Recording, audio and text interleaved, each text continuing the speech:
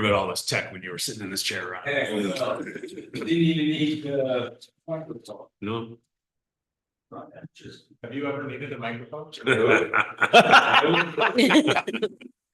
Nope, proud of it.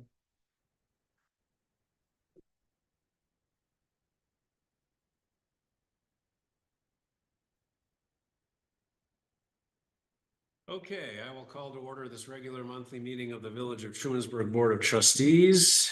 Thank you, everybody, for accommodating youth sports schedules and moving tonight's meeting to this evening. Are there any changes to the agenda? I'd actually like to add EMS budget and policy update, but after the executive session. It'll be mostly part of my update, but then. Anything else?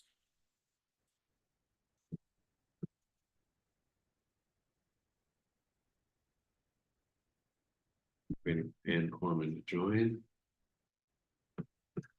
Twice. Go. Okay, item number 3 is our consent agenda. We have an abstract, which I will read through. We also have our meeting minutes from our August the 12th meeting. The abstract includes a general fund voucher in the amount of $211,307.04. We have water fund abstract totaling $123,392.96. Sewer fund abstract totaling $33,200.25. And trust and agency totaling $30,936.19. And so I would entertain a motion to accept the consent agenda as presented. So Second. Any comments, questions, or need to pull anything from the consent agenda? I do have a question. Yes, I think there is a section in the near the top in the abstract that was police expenses for MiFi. I don't know what that is. Oh, MiFi is how their police cars communicate with outside software. That's what I assume, but it looks like they're charged twice. There's like a card holder services line and then an HTTP line. And I'm curious about what the difference is. So I'm gonna have to explore for you how all the complications of who charges what amount for the MiFi's, because there's like some things are piggybacked on other accounts, so I can't answer that for you right now, but I can get back to you. That seems. Any other comments, questions, or need to pull anything? Hearing none, then all in favor, please say aye. Aye. Any opposed? Okay. Item number 4 is our first public comment period. We do have another one at the end of the meeting. And so if anyone from the public, no one on, there's one member of the public online or in person would like to speak, please do. Yeah. All right, so I think all of you know me. My name is Roger Barantino. I live on P Street. If you know where I live right where Pennsylvania dead ends in P Street, and the fact that the vehicle didn't stop, they would hit a whole bunch of big maple trees or a pine tree, or we would both be sitting and watching TV in my TV room. So are we all familiar with P's in Pennsylvania? I know you are. Grew up there. Okay, so what I'm here tonight is to see and request if the board, okay, would investigate and hopefully approve, okay, turning the short section of Pennsylvania Avenue that is between P Street and Halsey. Okay, so if let's say Pennsylvania goes north and south, the intersection of Halsey and Elm, and then it comes down that sort of short section to P Street. I'd like if you could investigate and possibly approve. If we could turn that short section into a one-way direction, heading south. Okay, so the southbound from P Street to Halsey Street on Pennsylvania. Okay, would be one way in that direction. Now, I gotta give Vivian, my neighbor, credit because Vivian had the idea of this one way, and the minute that I heard of it. My experience and my school of thought immediately went to, this sounds like a real good traffic and safety idea. Okay, now, obviously, when we look at making a change like that, there's gonna be pros and cons. And there's gonna be a whole bunch of departments that need to weigh into it. Okay, I just wanna say that, trying to do my homework to understand what would be bad about this or good about this. I talked to the police chief, I talked to Dusty, the DPW, I even talked to the zoning officer. Okay, I did not talk to the school about the possible buses. Okay, and there's no need to talk to TCAT because TCAT knows they can't drive on those roads and they can't make turns there, so that agency would not do it. Now, from the standpoint of talk to the fire chief. Let's see, I got 34 years in the fire department, 20 years of those was as first assistant chief. And I spent my share of hours on our roads, and I am a safety officer. And I have a pretty good working knowledge and experience of traffic and people flow. I think that's pretty safe to say. Now, I did learn from them, and I would never speak about what they said. But I tried to listen for pros and cons, and I actually left that as interaction with those individuals pretty positive that they didn't see any major red flags of doing something like this and turning it into a one-way street. I actually didn't hear anything of why not to do it. Okay, which I thought was pretty positive, but of course. If you folks take up this in an investigative mode, that you're gonna communicate from them and you're gonna get their input directly from them, which if I was sitting up there, I wouldn't be doing that. Okay, now, why change it to a one-way? Okay, I got a couple of categories. The first one I'm gonna talk about is vehicles, period. Okay, the fact is that right now we have a new project in the village. Okay, and if you do a quick math and you look at the number of dwellings that are there and the number of possible cars, you're looking at a minimum of 70 to 80 additional vehicles. Okay, and that's an underestimate because we also have the wonderful nursery school there that people are going to be dropping off and leaving constantly. Okay, so there's going to be inherent increase in the traffic of people leaving that property. Now, I want you to keep in mind that when you take a look at P Street already, it's Juniper Manor number 2. Okay, on any given day, there is between 15 and 20 cars in that parking lot. The residents, there's about 14 residents' cars, and then people are visiting them constantly. So there is a fair amount of vehicle traffic on P Street already. Okay, which is acceptable because the facility is wonderful for the people that live there and they're all good neighbors. So. The red flag that I see is that there's gonna be increase in the traffic. Okay, there's no doubt about it. And we all know that the main entrance is off of South Street, however, there is an exit on Pennsylvania. Okay, and you have to respect the fact that that traffic's gonna come out onto Pennsylvania, head to the north on Pennsylvania and get to that Halsey Street. If they make a left there, they have the opportunity to go south on 227 and north on 96. If they continue down Beach Street, they have to make a left-hand turn. So we would be decreasing that by sending them down Halsey Street. Okay, if we look at it, if they're gonna make a right-hand turn at that intersection, they're right on Elm Street, which leads right out to here, and they can go do business in the south. Okay, in the village. So clearly, from a traffic standpoint, it would probably reduce the flow of that traffic in that intersection by 50% because it's only one way. So that kind of makes sense If you look at it from that perspective. It's a lot easier making a right or a left-hand turn on Elm Street than it is coming down. B. Okay, because when you come down B Street, and my neighbor Joel would like to provide you with photos, which I think is outstanding. When you get to the intersection of Pennsylvania and Pease, right on the right corner there is a telephone pole.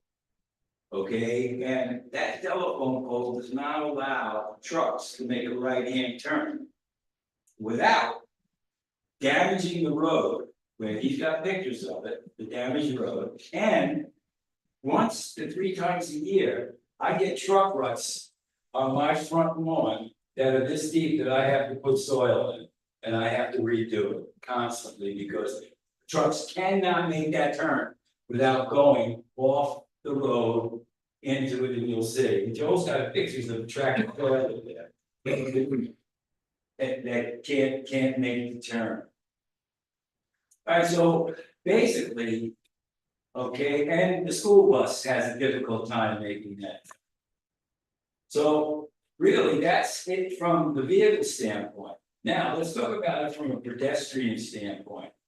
I sit on my front porch every day, have a cup of coffee, and the wonderful thing is that doesn't matter whether it's 5 o'clock in the morning or 10 o'clock at night, there are people walking on B Street.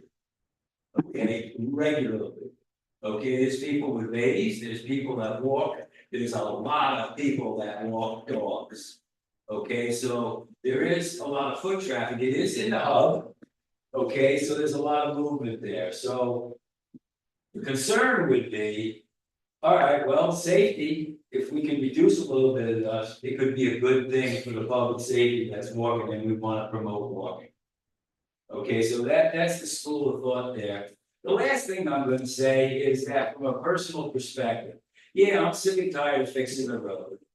Okay, but what ends up happening is if you drive around my house, you can see I got a pretty good flock of foliage there. Okay, well, the headlights go in my window, obviously I accept that, I live there. But there's gonna be a dramatic increase in traffic. That is gonna be constant with people headlights in my window, and that's a little personal twist to an angle of it, that we would reduce that because they're just heading south on Pennsylvania. So can I address any questions if you have, or are we not allowed to do that? If you have any thoughts right now about this, I'll gladly address them because I do respect there's other agencies involved and we need to find out that, but I would just like if the board could consider this, possibly approve this. Dusty says it's 4 signs. That's what it'll cost us to do this, put up 4 signs. So you should think of the good and the bad about this. The bad that I think about this is the bus would have to come from a different direction, which would affect Melissa's kids, and I talked to Melissa about it. Okay, but what it would do is increase the traffic on Halsey and on Elm Street. Yes, it would. And Halsey already has a big problem. Okay. I was told by the mayor not to bring it up in this meeting. Okay, I was told directly by him not. As a resident who lives there with lots of children on our road riding bicycles, it's already an issue. And in my personal opinion, to redirect, Public. sorry. Well, he asked for a comment. Well, no, wait. No, this is your chance. This It your is, chance- it is. This is your chance to comment. It is. We're not discussing this issue at the moment. This is your chance to comment. Okay, I apologize. So wrap. It's a little emotional for me. Well, I think much you could look at that as the same way for the people on that section of Pennsylvania and on Pease. But the bottom line to it is I would just like to present that as an idea. I would like the board to respectfully look at that. Okay, and give it a yay or a nay. Okay, thank you for your time, and I'd like to turn it over to Joel. Thanks, Rod. Go ahead, Joel. Hi, my name is Joel Warren. I live on 11 P Street on the corner of Peace and Pennsylvania. And I guess I'm the show and tell that because I brought some pictures to show you guys that you can have. And apparently I'm digitally challenged because I took pictures on my phone. I printed them out and they would only come out black and white. I don't know what the deal is. Every other picture comes out. except the ones I wanted to take. And so Murphy's Law being what it is. I did see your pictures online that were in color. They were very good. Can I do that? Can I send them online somewhere? You can send them to clerk@Trumansburg, type in and write out. And then we can look at them that way. Okay. These are additional, these are not ones. Oh, okay. Great, yeah, you can send them and I can show you. Okay. You want any now? You sure? Okay, sure, at least see what I'm talking about with the road. This morning, that's the usual school bus. It's really hard, you can't really even see the pole. And here, it's just making it around the pole. And here's the road on the other side. Where the bus actually comes around, it's breaking up the road a lot. And then we have all these extraneous other vehicles in that same intersection, so we gotta do something. I agree. We gotta do something about that. We just pass those around, Marsh. Yep.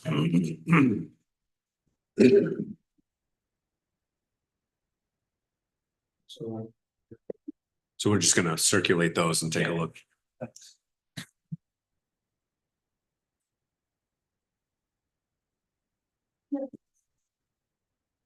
Any other public comment? Yes, ma'am. Okay, roads, I don't know what that's being added. Which is right on the corner. of the Neighbor.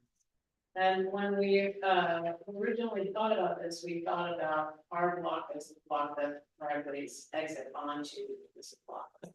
So we think when we were looking for other signatures beyond our block, rather than to these driveways exit onto this one block of Pennsylvania. And, but Trumansburg being what it is, our neighbors heard about this and they wanted to sign in and join them. So there are several things that concerned us and that I thought to think about this as an option. I just want to know that should you decide that you're able to turn this into a one-way. We are also not going to be driving on the street. We are all driving south for the simple. And we are aware that might takes a little longer for us, so they are right now.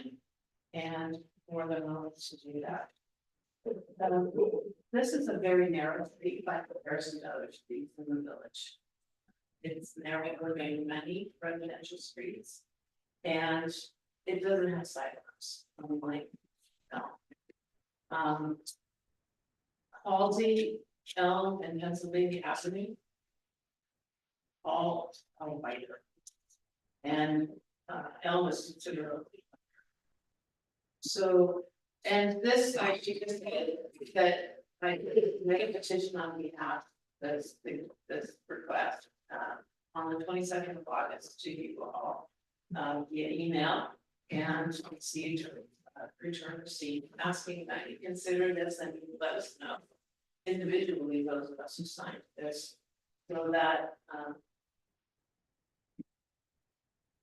so that we knew what, if anything, we have done with this request. So we were thinking that these wider streets were more able to accommodate going at the same time, because what we observed is that oftentimes vehicles coming northbound on Pennsylvania Avenue, you don't really stop, they kind of slow down and keep going. And this is one reason that our neighbor Melissa has a signage that says drive like kids live here, like the children live here. Because we have experienced people reaching to a halt at the other end of our block. And we've also experienced accidents, rear accidents occurring into our properties. And Joel provided you with some pictures of the kind of traffic that we're seeing, but one of the things about this street is that it doesn't accommodate wider trucks. So if you put it at F-250 and someone stops to say hello, which is true, right? No one can get by that. Literally no one can get by that, which means that if you are waiting to get out of your intersection, I mean, out of your driveway, you are gonna wait for whatever it is that's there. And so this, I say in this petition, we say that there would be observed increased use of our block by wider vehicles, because pretty much all vehicles are wider. When we have service truck come in, it needs to be something in our block. Often the block is blocked. The same truck on Pennsylvania Avenue would not block road. Or on Halsey or on them. And we're really concerned about increased road traffic from the Crescent Place subdivision. Because we're aware that there are enough units that we're gonna have a lot more cars. But also we're concerned because the community nursery school is gonna be on the exit on Pennsylvania. So that coming and going is gonna be from that side, as opposed to the side on South Street, closest to the school and where the sidewalks. So we're thinking that there's not just gonna be residents moving back and forth to their jobs, but also other traffic moving up and down. So when we submitted this, our intention was to submit this at the first August meeting, but for Trumansburg, and it takes a while to catch everybody, just sign something that they're interested in. So we didn't actually submit it till the 22nd. Our request was that you get back to us if you could by the end of September, because we're thinking it's Trumansburg. I understand that there are other thoughts and concerns about this. One knows that since we discussed this and wrote it and got signatures, that I observed that there are 2 new signs on Halsey and 15-mile-an-hour signs around that corner. So this even was a stop sign. So my hope would be, our hope would be that this would be not just, for our convenience, but a traffic calming activity for this whole area, that it would slow people down and slow traffic down for our neighbors on the other 2 streets. Thank you. Thanks, Vivian. Any other public comment? What would happen now? What will happen now? Will we hear from you, or how does this go? Well, as you're familiar from once upon a time, when a village receives a petition, it can choose to act on it or not. Certainly no requirement that we respond to it. I would think that we would speak with the department heads involved, and that if there's interest on the part of this board to consider the petition's request, that we would discuss it. Whether that occurs at our 2nd September meeting, if we have it, or in October, it'll be up to this board. But I want to just make sure this individual online doesn't have a public comment. It's not recorded. Oh. I'm not going to get this. Nate, if you have a public comment, just use the raise hand feature in Zoom, so I don't miss you.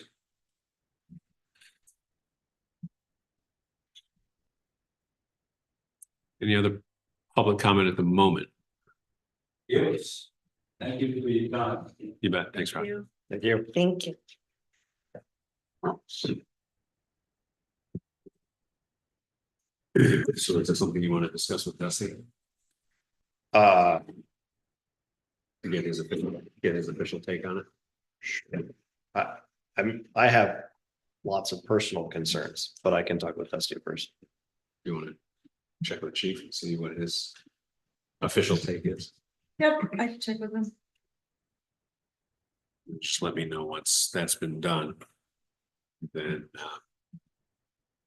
we can decide when we want to discuss it.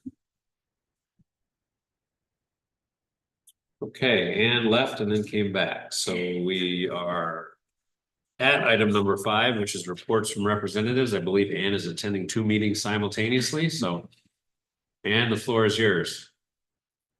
That's right, my second time this week doing this, 2 meetings at the same time, so hopefully I'm getting a little better at it. Let's see, a couple updates, not too many. We are in the thick of working on the county budget. We had the administrator give us their recommendation of which included a tax levy increase of 4.3%. They also are giving us a budget with a 2% increase. So we can weigh those two, might be somewhere in there. My guess is it's probably going to be on the higher end because we haven't raised our levy in the last few years and not keeping up with inflation. Let's see, and we also have a few big ticket items, including lack of reimbursement from the state on some items that they decided not to give us reimbursement on, and also we are having issues regarding increased need for emergency shelter. If you've it's not as evident here in Trumansburg, at least out in the open, but down in Ithaca, if you've been down there, it's very evident that we have a lot more people who don't have are living outside and don't have homes.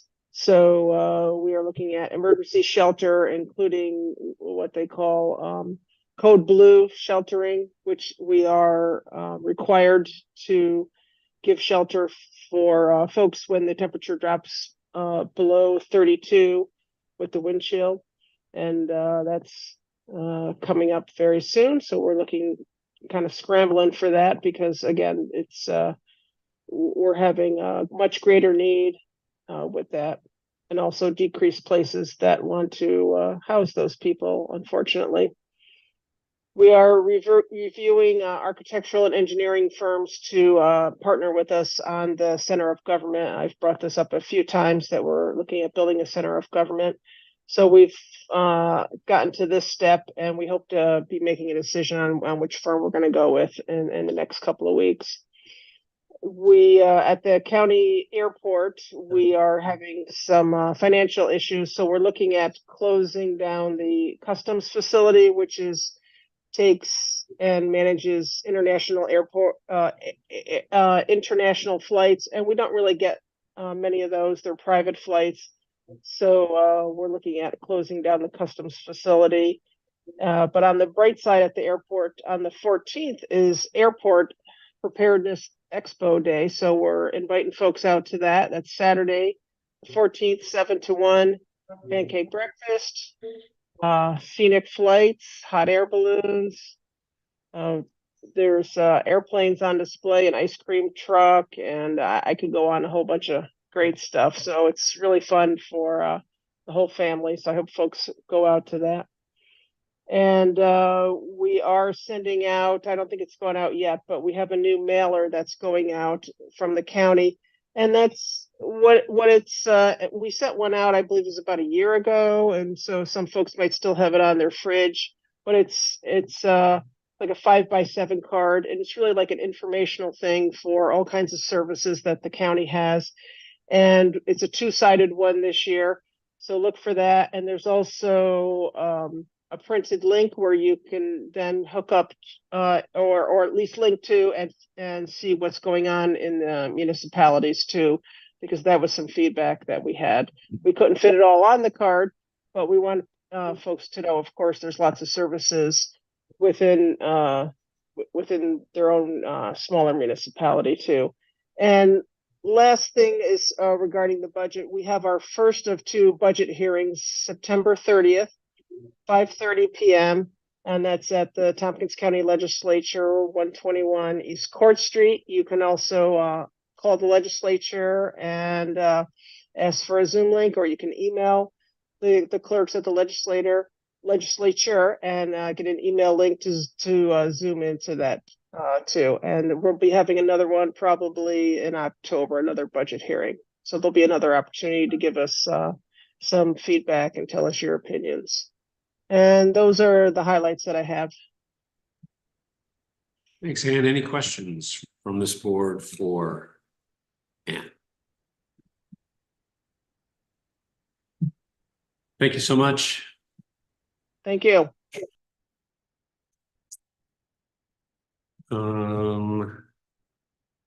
Reports from this board, starting with myself, we have the need to approve in the Dropbox. 6AI is our annual deer management program narrative, which has already been submitted to the state. The state has already issued our permits for the year.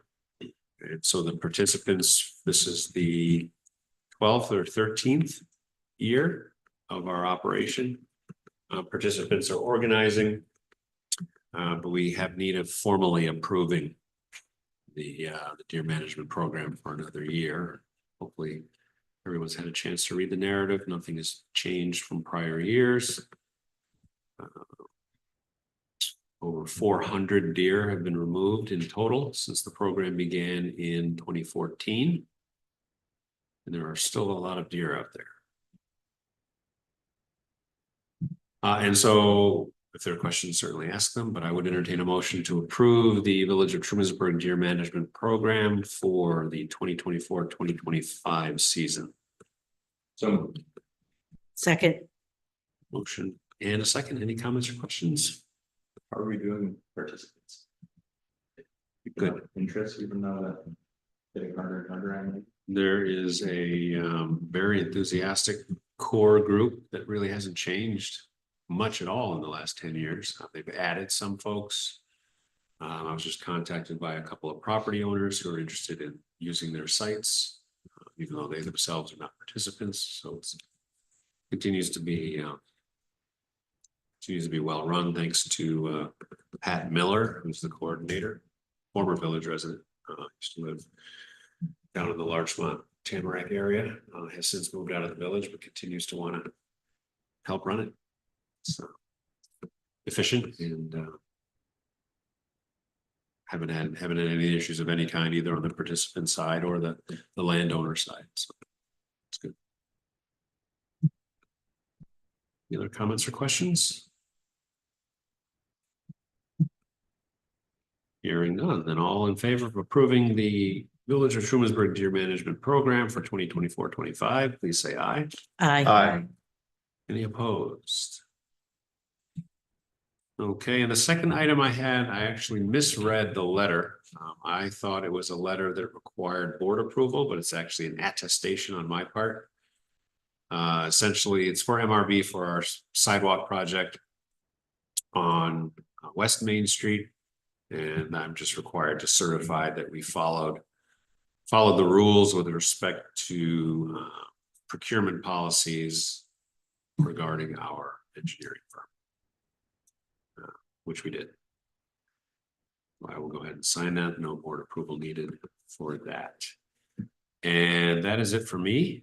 So I'll turn it over to you, Marsh, for fire. It's very simple. I had COVID and I did not go to the meeting. So I have nothing to report, other than I did make the meeting for the fire and EMS on Thursday after I tested negative, so. But other than that, I have no direct report from the fire department. Okay, EMS youth staff. So we'll start with Street Tree Advisory Committee. We haven't met in a while, but our application period for this year's tree for expansion program include. We received 1 applications. We will be having a very exciting meeting, I'm sure, as we evaluate that one application. So I just want to reiterate for the public that is hopefully going to see this later, maybe in the recording, that program exists and apply for financial help removing dangerous trees in the village of rights of way. So please do that. If you have any questions, please reach out to me directly. I am here. I would love to talk about your trees. So we'll start there. As far as the EV project goes, that I've mentioned a few times, we are still trying to pin down some of the DEC paperwork. As I mentioned many months ago, they are redoing all of their systems. Part of that is some sort of deeper administrative requirements. So we're having to go through and rewrite the plans and stuff. I did that nauseam at this point, so. The plan happened, hopefully to finish before the snow falls. It looks, the contractor is, I shouldn't say the contractor, but the firm that we've been working with, Grant, is still optimistic that that's possible. I am now increasingly skeptical that we would be able to turn that around today. But it is still in motion. I want to keep mentioning it, even though there's no progress so far.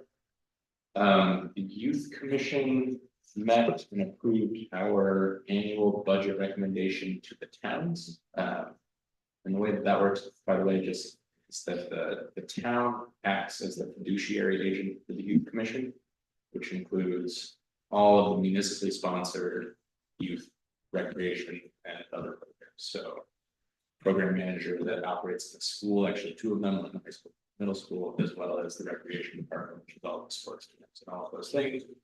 And also including, oh, thank you, Art, also including adult recreation programs that are run out of the school.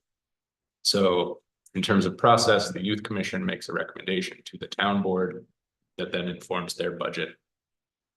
Part of that recommendation includes an expectation of what the village will pay in our upcoming budget. So like the fire and EMS budgets and all of these other things that we do, the staggered budget years pay. But we did make that recommendation this year. One of the struggles included in that budget discussion was a proposal or a suggestion by the school. They would charge the municipal programs for use of the rooms. The way they explained this is that it's actually not use of the rooms, it's for the staff time, right? It's all couched in very reasonable terms. It's a discussion that's been ongoing for many, many years. There's many counter arguments in terms of the cooperation that exists between the town and the school. Many other fronts that I think on balance, we have I expect and hope that they will reconsider that stance, but we'll see. Right now, that was an $11,000 piece of a budget that is, in the $100,000 range. So it's a substantial increase that gets split by the town and the village. So right now, our intended increase for next year in our budget, our contribution specifically is about 6%. If that school fee goes down, it could be as low as 2%. So we'll see how that goes. As far as EMS goes, as I mentioned at the top of the meeting, I have some policy budget stuff to discuss in more detail, but I want to talk about personnel before I get there, but I will just quickly run through the call report. So Town of Covert 17, Town of Hector 5, Village of Interlaken 7, City of Ithaca 3, Town of Ithaca 1, Lodi 1, Mecklenburg 3, Newfield 1, Ovid 1, oh, excuse me, Town and Village of Ovid is 2, Village 31, and Town of Ulysses 35. That's it. I have an annoying question. I'm trying not to open a can of worms, but This is fabulous. I Yeah. love this. when students take advantage of the services that the town and village provide, are those necessarily town and village residents, or are they from the broader school district? Before I answer that question, I do want to note that the school charging the municipal programs that I mentioned earlier, again, I'm not sure what level that conversation is, but one thing to note is that only applies to the adult recreation programs. So it wouldn't be students. Then maybe that's less of a question. Right, But but now it's in, just kind of in curious. general, those those programs capture the whole student population, as well as frankly, anyone that comes in. They're primarily housed within the school during school hours. But there's no one turned away. We've had periods where different program managers in different municipalities, and these happen in, Enfield, Groton, all over. So sometimes those program managers, if they're between staff or someone's left, those students will come and participate in our programs, and that kind of thing happens from time to time. It's certainly not exclusive, but just the nature of the programming is that it's in the school, so it's primarily school related. Yeah, I was gonna be more suspect at the charging for room space in that case, but. if Yeah, it's no, I really should have built mentioned up, that out of the gate. That's my mistake. So thank you I for understand, I clarifying. at least understand the discussion. So, It's definitely logical. I think Yeah. it's only when you start to look at it within the broader context of municipal cooperation, Right. that it falls apart a little bit to my mind. Yeah, But certainly, there's reasonable people on all sides. Yeah. makes sense. Okay, DPW, water sewer, CPZR and farmers market. This is a relatively light month for me. I'll just take the opportunity to say the DPW is juggling a whole bunch of malls, which is great to see. And folks probably saw most of the sidewalk across the way is wrapping up. There's still a bit more to get done there.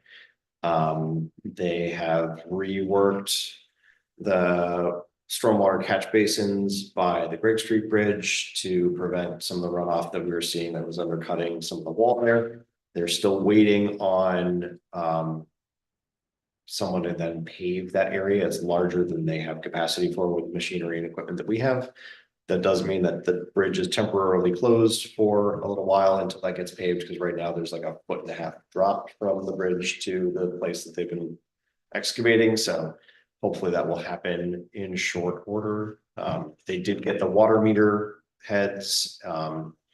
And turns out the quote that we were given was for both the reed head and the meter itself, and we already have the meters. So we are going to return the meters and get more reed heads. And so we will be kind of up to the amount that we approved. So we'll be actually ahead of the game with getting more reed heads. And I'm pushing Dusty to start thinking, in the next couple of months, as we get in the budget season, of a replacement plan over some period of years, short amount of years to get those meter heads around the village.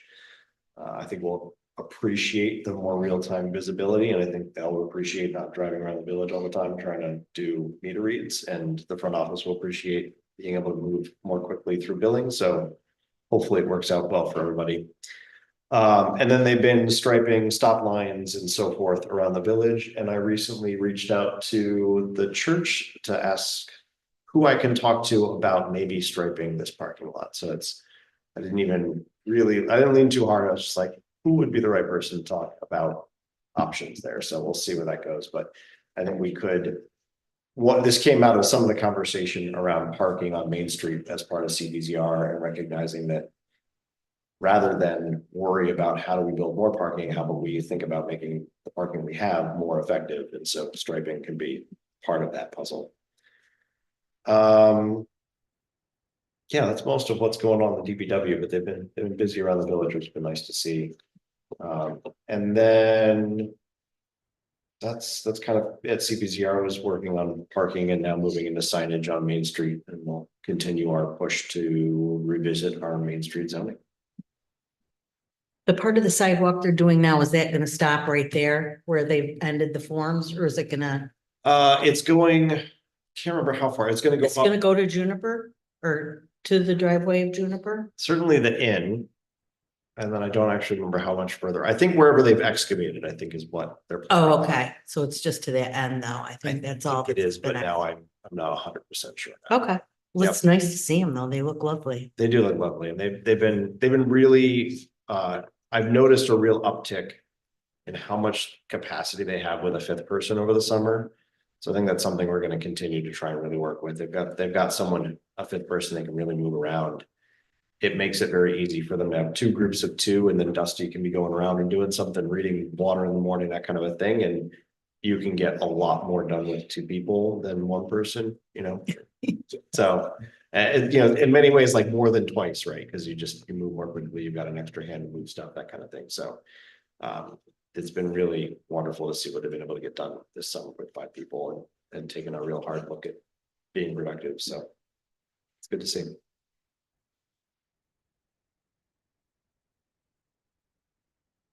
Excellent. Please join us. Yep, so I have July and August monthly reports because I missed it last month.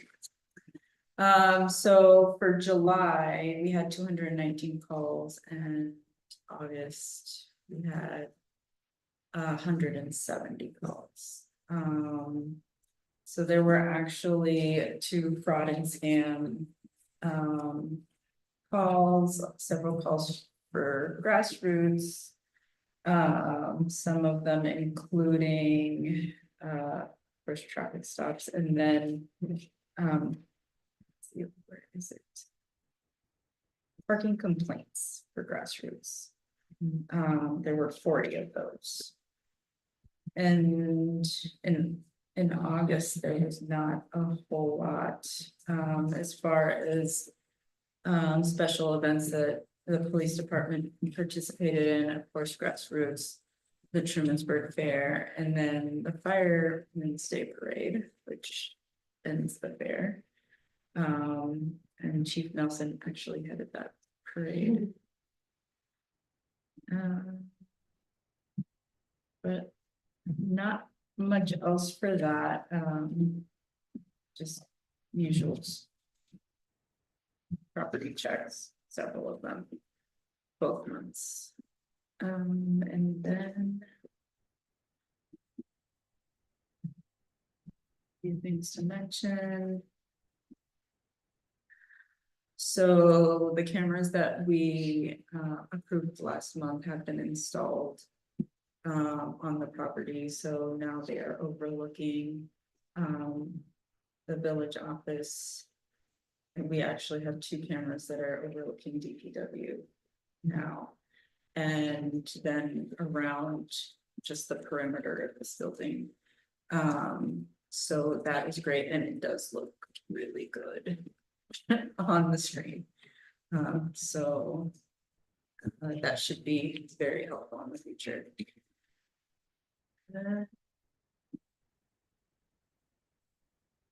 So there was a request for a crossing guard that was put out on Facebook, and we have had several people actually interested in that. So the chief is looking to fill one of those crossing guards positions, and the beginning of the school year went really well. Chief Nelson is actually doing crossing guard duty this year. And he plans to do it the entire year. Let's see how that goes. I think it's in I want to say it's the afternoon. That he's out on Main Street. And so there are still some things to work out, but September 18th, they are going to have coffee with the public, where police officers are meeting with public that are interested. They are currently thinking about one location, but they don't want to make people uncomfortable or make people think that something else is going on other than coffee with the officers. And then they are planning on taking shifts on. So a few police officers 1 hour, and then a different group another hour. So that will be on the 18th. Location is TBD. And that's all I have for police right now. Okay, great. Clerk treasurer's office. Okay, so late summer, moving right along.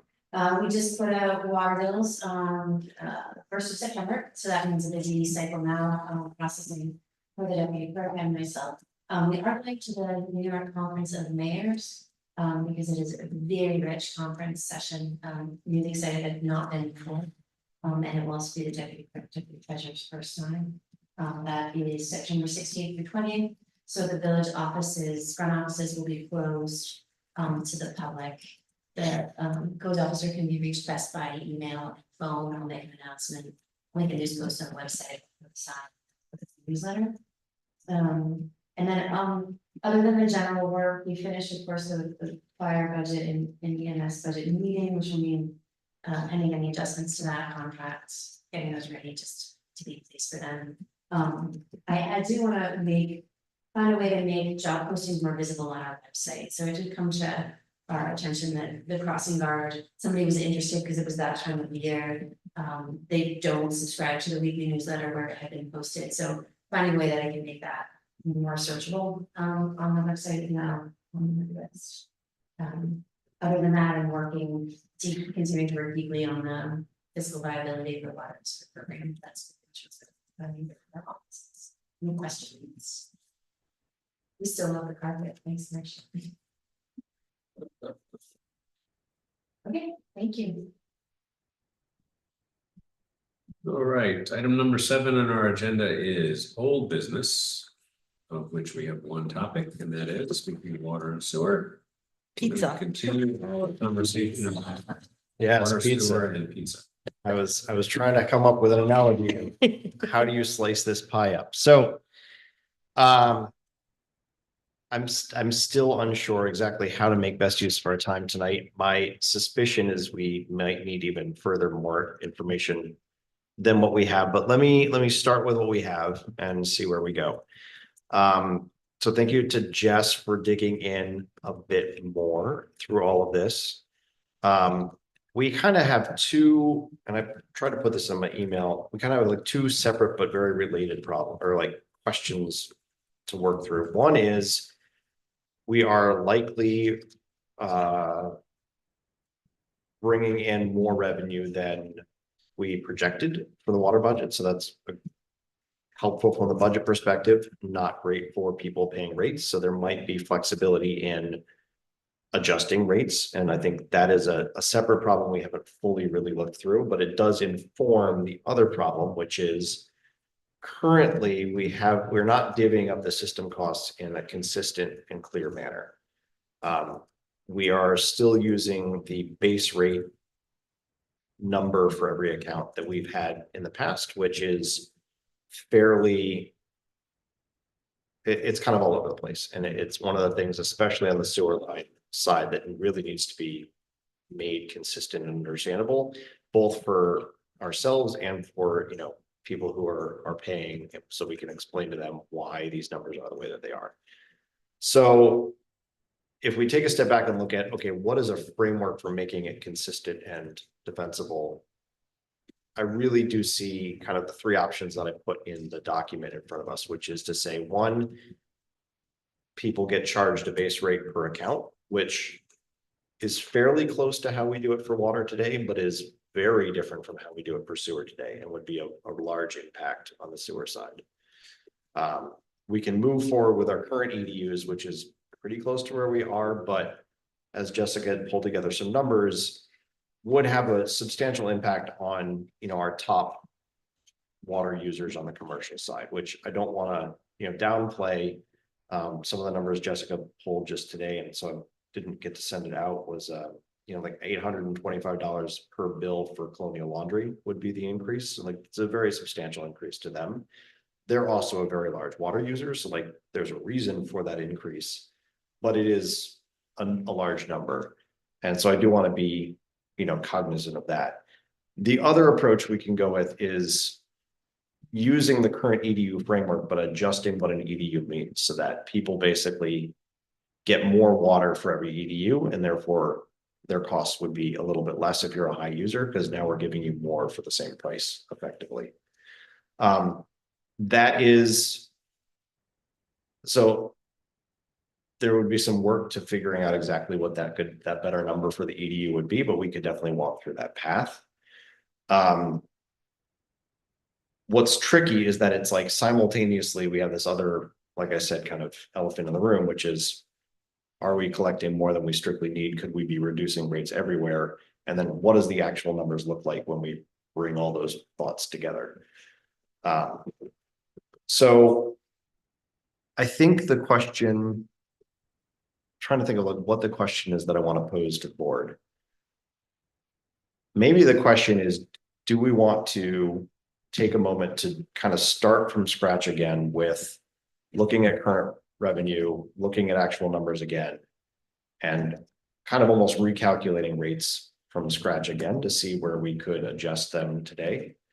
And then we could run a couple of scenarios with different EDUs calculations and kind of come to some, and then look at what that actually looks like. I think the trade-off is going to be the following. If we were to stick with kind of the current plan of record, the downside is some of these larger bill increases for like Colonial Laundry, the car wash, Burn Dairy, Little Venice.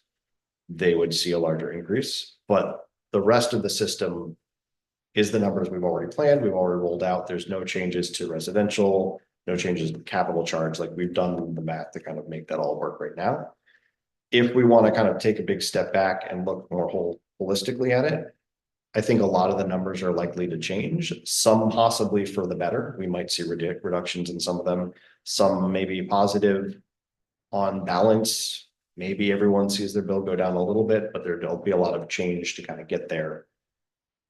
So maybe the question to this board is, how do we think about kind of finishing out the rollout that we started, knowing that it will have an increase on some of these larger customers versus kind of pausing now, stepping back again, re-looking at rates, going through another round of adjusting rates. But at this point, we could be a little more cognizant of how they fall and possibly make it a little less of an increase on some of the really big commercial users.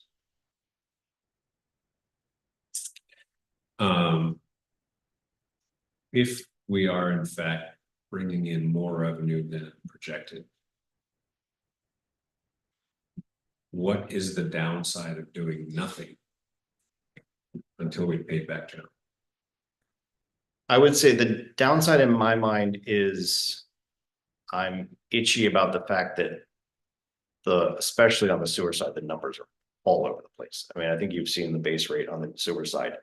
People pick numbers one time 50 years ago and haven't ever changed.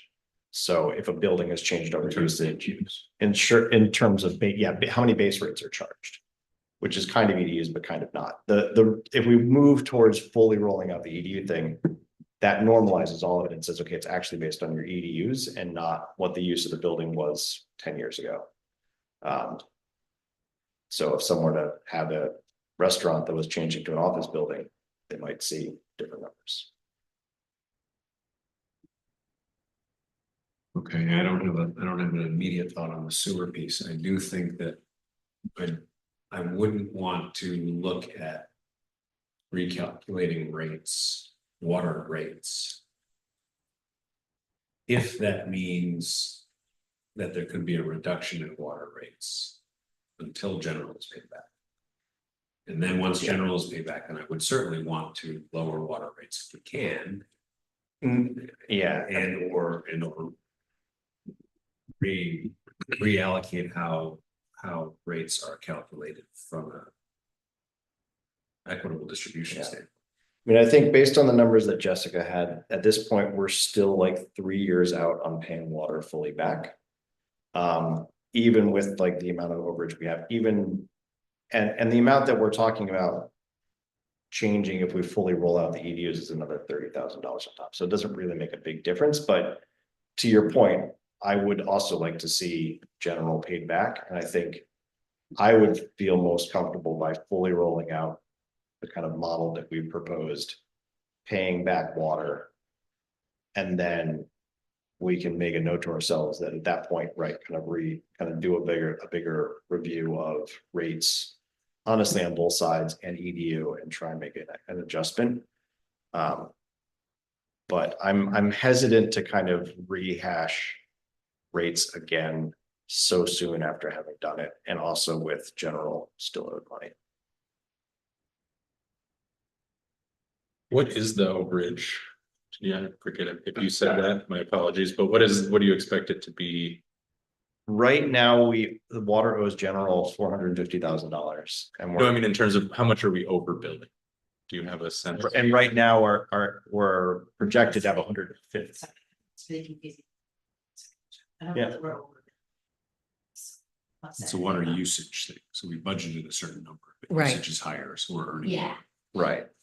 So, not to you correct tell you, me- just answer on the phone call. No, Sorry. that's fine, Yeah. that's fine, but you know what I mean? What's Not to the be number? over projection.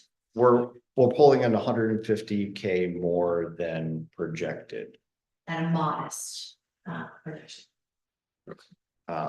And owe general 3 times that. Yeah, the owing, I remember. Yeah. And remind me how we currently are budgeting to pay that back? kind of this way to collect and then. I mean, I think if we're, in the budget, I'd have to go back and look. I think we had projected some amount of passing money back to we had general. So this might be on top of that. So it might be paying back even more quickly. Right. I could try and pull up the. I thought there was some kind of number in there. Just so that people understand, we owe our general $450,000 and we need to pay that back. And presumably last year was the first year that it's an unaudited position, so I'm 85% comfortable that we did not borrow. We had 120, just over 120,000. Scheduled to pay back to general in the budget that we adopted. So it'd still take us 2 years. Mhm. Yeah, so it's still right. I feel like that should be our first obligation.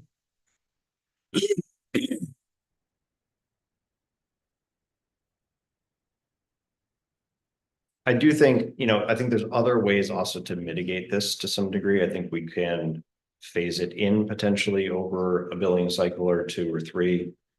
We can also message out again to commercial owners, or maybe just to pick the most impacted potentially and give them a heads up that this is happening. So there's options within kind of a rollout that we can play around with if we'd like.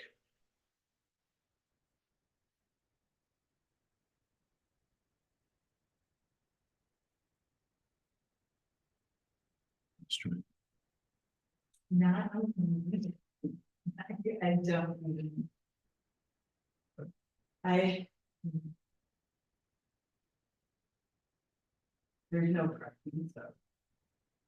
Any of these.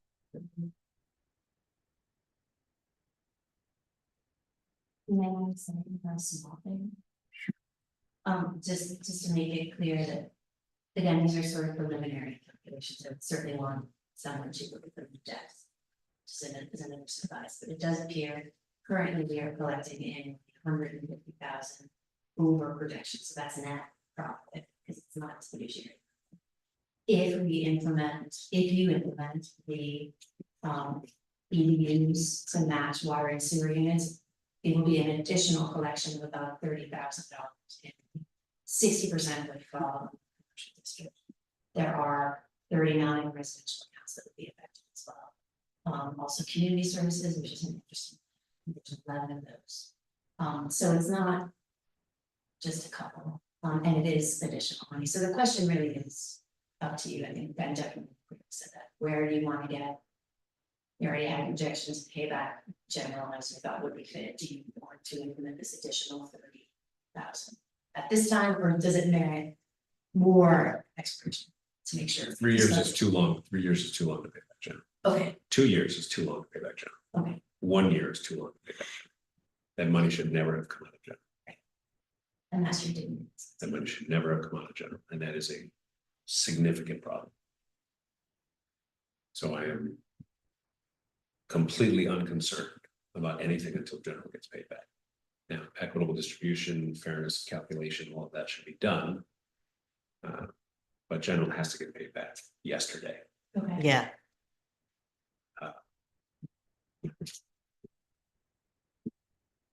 It has to take the record of this problem. It's not to the burden of here. It's, I fully agree seriously. Now, that being said, there are a couple of, without getting into the details of that email earlier, there are a couple of accounts. One very large one in particular, that would see a reduction. That I don't think should see a reduction. Okay. So that may mean even more fancy finagling of calculations, because conceptually, they are a massive user. Just count bathrooms, right? Conceptually, they're a massive user. So I would want to see some really strong evidence to suggest that there should be a reduction of that level. For that particular use. I think relooking at that data. Mm. On that. Yeah, we could look at that. I mean. Yeah, Cause I know how the debt is getting. You know what I mean? From before, the question. okay. How the courts I were mean, built prior. Yeah, we can go Not back, on we can purpose. go back and do a review of that. That one in particular. Yeah. The others. I think if there's a way to. I'm always in favor of easing into increases. Yeah. Maybe. Maybe a question for you, Jessica, if you know off the top of your head, if not, we can absolutely sort this out ourselves afterwards, like, is there a. Easy way in your mind of how to ease into this, like, is. Would it make sense to go through and calculate? You know, EDUs and go half that much, then half that much Right. again, kind of a That's what I thing. was wondering. So maybe we work on how to roll that out and, go half that much, go 2 billing cycles, go the other half or Cause the something. intention of this 450 should be recouped in 1 year. We want to look at what it looked like. It'll take as long as it takes to recoup it, Yeah. but I don't want to do anything that would slow that. Yeah, Right. well, Yeah. it's still being equitable from the burden. Yeah, then absolutely, Yeah. let's look at. What that does for base rates or usage, that sounds like there's less appetite for the Cape usage. Yeah, I mean, I think what I'm hearing here is, let's move forward with a full rollout of what we already anticipated, knowing that, and we can. I'll hold that for a question for a second, knowing that. Will then help us pay back general in maybe 2 rather than 3 years, which would be a benefit. But we can figure out a way to kind of stage it a little Yeah. bit to finish out that rollout. And then once general's paid back, I think we will have, I mean, that's a not insignificant amount of money that we're collecting to be able to pay that back. At that point, we should then rework Okay, rates generally. to And be we, sufficient to fund the reserves, but not. exactly, and we can look at our EDU calculation at that point. Okay. We can put a note in our, in our minds to do that. And I think that would make a lot of sense. The thing I was putting on the side there is, if we have an opinion on how. If we want to message this in some way, like, I think there is a reality to say. This is high, this is gonna continue to be high, people are noticing that it's high. We are, but we also anticipate over the next few years that we will have an opportunity to review these rates. Once we've paid back general, I don't know if that just gets too messy, maybe it's a thing to keep in the back pocket if an individual comes forward. Be messaging some sort of course. Yeah. So There's messaging of some sort, I just don't know if we want, how much we want to get into the paying general back, but I would with that. People want to understand that they can come to a meeting and ask questions. I think That's fair. the messaging for. I would probably lean towards doing some direct messaging to the affected accounts. Yeah. A few dozen. Without promising anything for the future. yeah, there's a piece of key. Sorry. And be willing to kind of, if necessary, I don't want to get overly wordy in a letter, but something about. EDU calculation, what that means. Mhm. And how the base rate. Was kind of. Base rate was. Is something that is. Something that has. Been around for a long time without a lot of. Real math in it. Yeah. And we're trying to fix that, so that. Well, it's so- fair. how, sorry, actually, you Well, wanted to there- answer. yes, I'm glad I finally wrote it down today, because I spoke with the codes officer about the progress of the 46 South Street and when we might see units online. Based on our deadline for December 31st. Yeah. So he's estimating that there's about 58 billable units that would be coming online January. That is not factored Right. into this projection at all. Yep. Or the projections for next year, and I think we absolutely should put that in there. Yeah, Because we're thinking about. So we're thinking about making another, this other. increase. so I think my proposal here is to move forward with EDUs. Jessica and I can work on both. Some sort of messaging to. Either like the most impacted or maybe all of the impacted accounts. And on a way to phase it in over. somewhere between 4 and 8 months or something like that. And Yeah, then we we can, did. and then we can play that out, and if there's something funky, I can bring it back here, otherwise we can just kind of run it by you, Rory, and move forward from there. Okay. All right. Thank you. Thank you both for all your work on it. No less.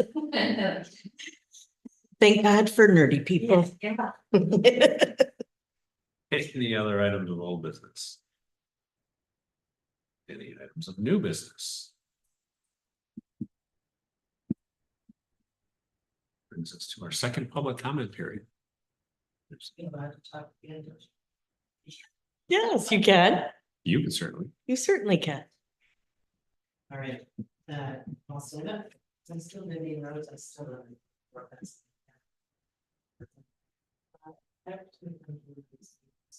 It's just how much different. Well. Just want to see that. And as somebody who pays those new tax rates, I'm like, well, myself. I'm not tax rates, the really large sewer rates. I'm always wondering what that. I mean, what is it actually going to? And the other thing that I wonder about is whether plans for our community as a income conservation. And that, you know, the water doesn't, we don't know, it comes from somewhere there. And how we use it affects everything in the street. So, if there is a means of allowing the community to start actual water, rainwater or something to allow us to not use our gardens. Or support native plantings that keep the water running off. Storm sewer issues. Then the water calculations for how to do, and I will just say is kind of just when you roll something out. That's the budget. Every time something new. It's different. So for me, it's just. Do it and do it. Pay it. Pay it. But give us tools to be able to reduce or use of municipal waters. And take care of the way that moves through our properties. Without. But plant pipes. And I will also just sign up as a citizen. So I was bringing trees on.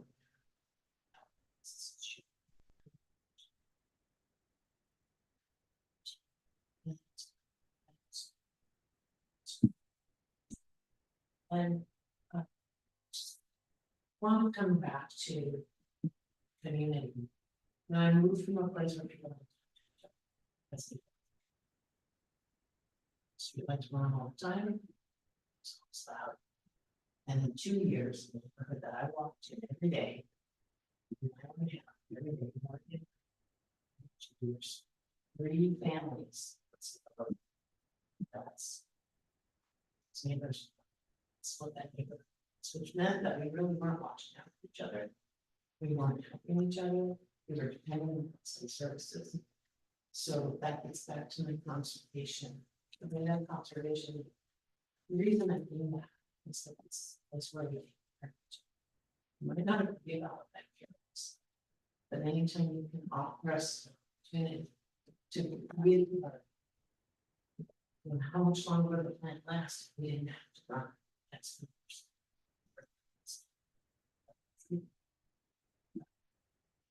Happier. And whatever increase. Then thank you.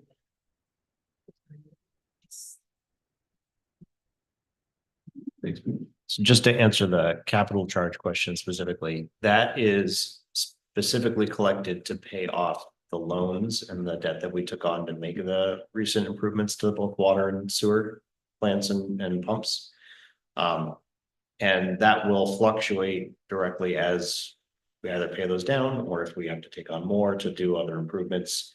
But that line is very specifically tagged to paying off debt payments that we've taken on for the health of the infrastructure. Any other public comment?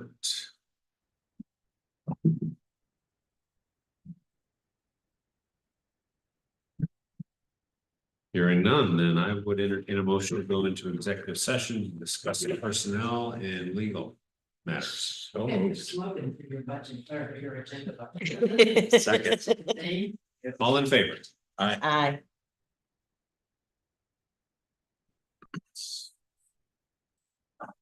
We are in executive session and